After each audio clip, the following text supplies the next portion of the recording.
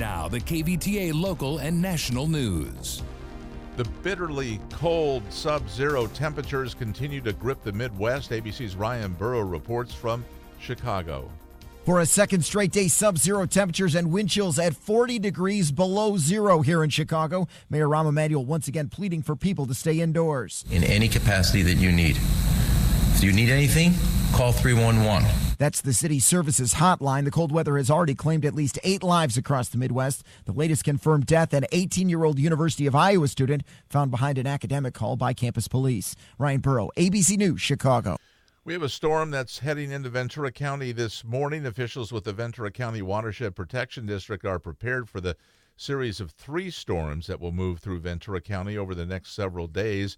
Hydrologist Scott Holder tells KVTA News that the second storm that arrives Friday night into Saturday, that should produce the heaviest rain. It has a good subtropical fetch of moisture, so we're looking at some pretty good rain, especially the south-facing mountains, so Matilaha Canyon, Nordoff Ridge, and even above PCH on the south coast, Malibu area. From these series of storms, Holder says a total of 6 inches could fall in some of the mountain areas above the Ojai Valley.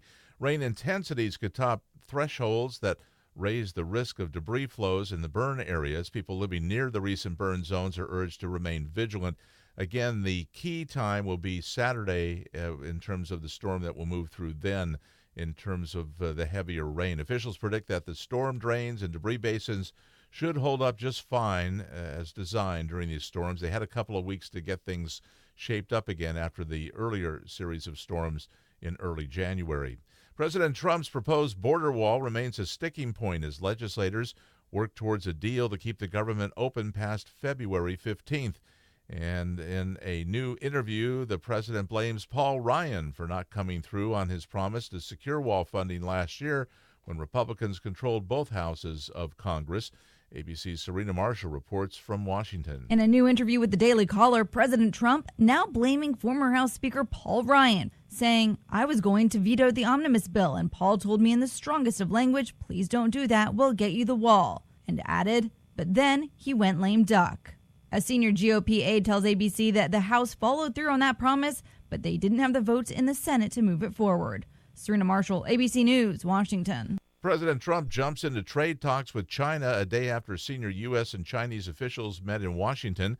The trade war between the world's top 2 economies is having an effect in both countries. ABC's Karen Travers at the White House with the latest. President Trump sits down today in the Oval Office with the Vice Premier of China, the most high-level conversation during a week of high-stakes trade meetings between the U.S. and China.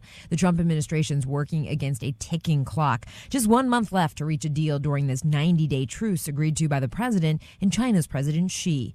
For months, the U.S. and China have been engaged in a trade tit-for-tat. U.S. tariffs that have slowed the Chinese economy and have had a significant impact on American manufacturing and farming. Karen Travers, ABC News, the White House.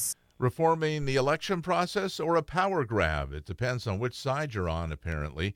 Here's ABC's Sherry Preston with that. What do you think of the idea of getting the day off to vote? It's something the Democrats in Congress have proposed. They think it would help get more people to the polls. Republican Senate Leader Mitch McConnell, not a fan. Their bill would make Election Day a new paid holiday for government workers. Under the proposal, federal employees would be dispatched to polling places. The bill would also require presidential candidates to release their tax returns and compel states to adopt independent redistricting commissions. The Democrats call it election fairness. A power grab that's smelling more and more like exactly what it is. Sherry Preston, ABC News.